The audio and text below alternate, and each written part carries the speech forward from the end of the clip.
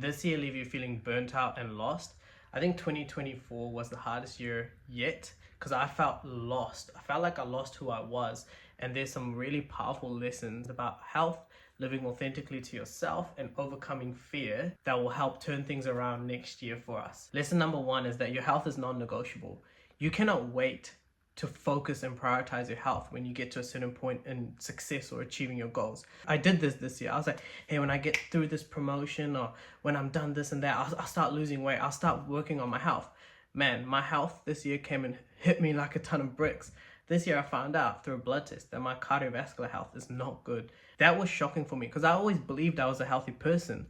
But because I'd spent so long prioritizing success and achieving my goals, I wasn't taking care of myself. And it's showing in my blood work. And it's something that was very serious. And I always thought I was young and these things don't matter. But this year really showed me that no, they do matter. And if I don't prioritize and work on it now, then we're going to have some serious problems by the time I'm in my mid-30s, late 40s, right? I think another thing this year was the fact that I had an asthma attack that was life-threatening. That really told me that I had pushed things to my limit, even though on the outside I looked fine. I think it was when I was in the hospital and I couldn't breathe that I realized that, yo, like, what am I doing? What am I achieving all this for? Like, my friends and family, I do this for them, but at the end of the day, if I'm not around, what was the point of it all? What I had done wrong was I said, okay, when I'm done achieving my goals, then my health matters. Then I'll focus on all these other things like eating healthy and stuff. But for now, let me just go out and get some KFC, get this or that. It's easy, it's convenient. I need to go back to work. But it all accumulated into me having the worst health of my life and almost dying this year. So I think, don't wait. Your health is non-negotiable. It's not just important, it's urgent. Put that above everything else. The first warning was the blood test. And then I think me being in hospital, not being able to breathe and being real scared for my life made me realize that, holy shit, if I don't prioritize my health is going to be the exact thing that stops me from achieving my goals and taking care of the people I care for.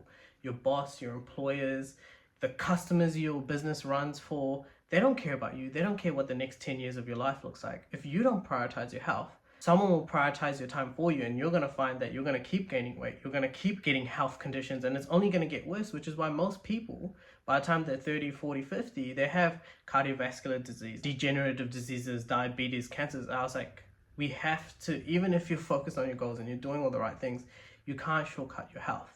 You have to make it your number one priority every day, because that's all you have at the end of the day. If you compromise that, you're going to find you're not going to be able to work on your goals. You'll never be able to be the best version of yourself, which is why you're doing this anyway, because now your health is stopping you. You're going to have no choice but to listen. And for me, that came from the fact that I couldn't breathe. It took me 3 weeks. I couldn't speak. My voice was gone. And I think that made me reflect this year, like, what am I doing? I can't keep taking shortcuts around my health and thinking that tomorrow I'll fix it. Tomorrow may never come. And this year, I really realized that your health should be your number one priority.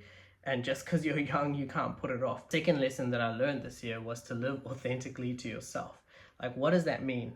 I think I can give you an example that I spent a few years of my life trying to be someone I wasn't. In the realm of dating, for example, I always knew I was someone who was wanting to have kids young and get married young. And that came from no noise outside of me. It was just what I wanted. But when I saw everyone else going out clubbing and dating and having fun, I thought, oh God, that's what everyone's doing. Let me do it. And it just led to me being unhappy for years. I think when I reached an age like 28, and I didn't have those things, I didn't have a kid and I wasn't married, it made me really unhappy. And I realized, like, what am I doing? Like, who am I trying to impress? This is other people's lives, not mine. So I think knowing who you are and being okay to live authentically to yourself without the judgment. I got a lot of judgment this year. You know, dating, moved in with my partner, we got married. I got a lot of judgment from people. Oh, that's fast, but this is what I wanted and this is my life at the end of the day.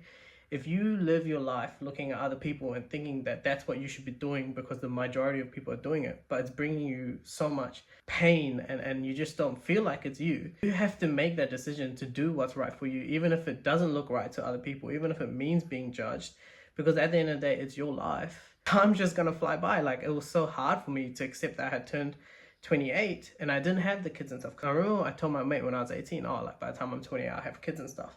And when I was 27, I had none of that stuff lined up. And I happened to find the right partner, and I happened to find someone that I was looking for so long. What if those people were always around me, but because I was distracted living someone else's life, having FOMO that, oh, I'm gonna miss out on this and that. I just wasted a lot of my life, and I believe that because I knew what I was doing didn't make me feel right. It didn't give me peace and happiness. Know who you are and live authentically yourself. Who cares what other people think? You're gonna reach an age where eventually those other people, they don't matter to you as much as you matter to you, and you don't want to be wasting time. Making sure you bounce back strong in 2025. It's really sitting down, writing and journaling. Like, who am I and what are the things that are important to me?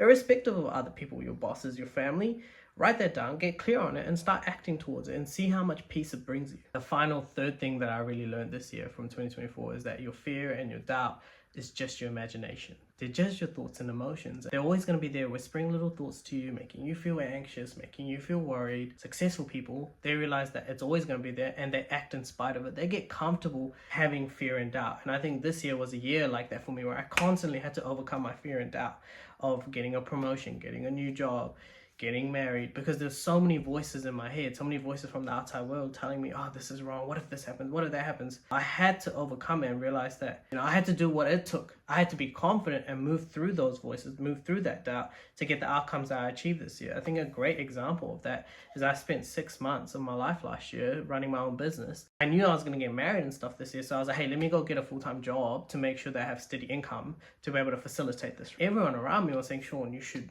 go get lower pay. Like, you've been out of the market, just accept low pay. And in my head, that felt so wrong, but I was so scared. I spent a month in inaction and fear, like, ooh, what if no one responds back to me? What if I let go of something good at my last job? And I started picking up, making calls to recruiters, and they all said the same thing to me, mate, you're dreaming for the salary you're asking for. But eventually I just kept tweaking what I was saying to them, kept tweaking my CV, and eventually someone believed in me. And I ended up getting the highest paying best job that led to a promotion in 2 months because I overcame that fear and doubt. I could have just settled and I could have just gone for a lower paying job, but no, I got a job that paid more than I'd ever done, because at the end of the day, I believed in myself. I knew I'd worked on myself and built skills in that business and in my previous job that deserved a certain level of pay. It meant I could create certain levels of outcome. The importance of realizing fear and doubt are just imaginations, they're just thoughts, they're just your emotions. It's so important because you could live your whole life letting that noise distract you from being the best version of yourself,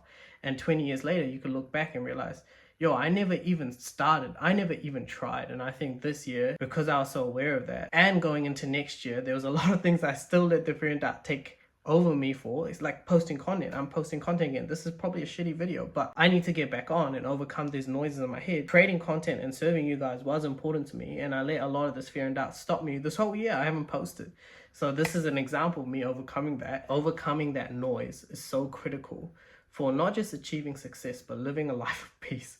Because you're always going to be having these noises, this fear and doubt. And if you can't overcome it, you're going to be living a very unhappy life, because you're always going to be just doing what the world tells you to do rather than you being the creator, you making plans and you going for it. You're always going to feel like, oh, you settled. And I think that's the worst feeling yet. I hope that helps anyone that's been struggling and feeling lost and burnt out, because a lot of the times what's giving you that feeling is your own mind, is your own emotions, that you don't feel like you're good enough, that you don't think you can achieve your goals. You're able to look after your health and feel good about yourself, look in the mirror and feel proud, but also know that you're optimal, you're operating in a way where you're thinking clear, you're not tired, you're living true to yourself. Every day feels like you're living honest and true to who you are, and you're not compromising for the other people, and you're not living someone else's life, but you're living the life you wanted to live.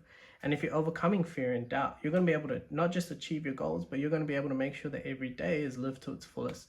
So I hope these 3 takeaways, hard takeaways that I learned in 2024 helps us set up for 2025 and have a great year.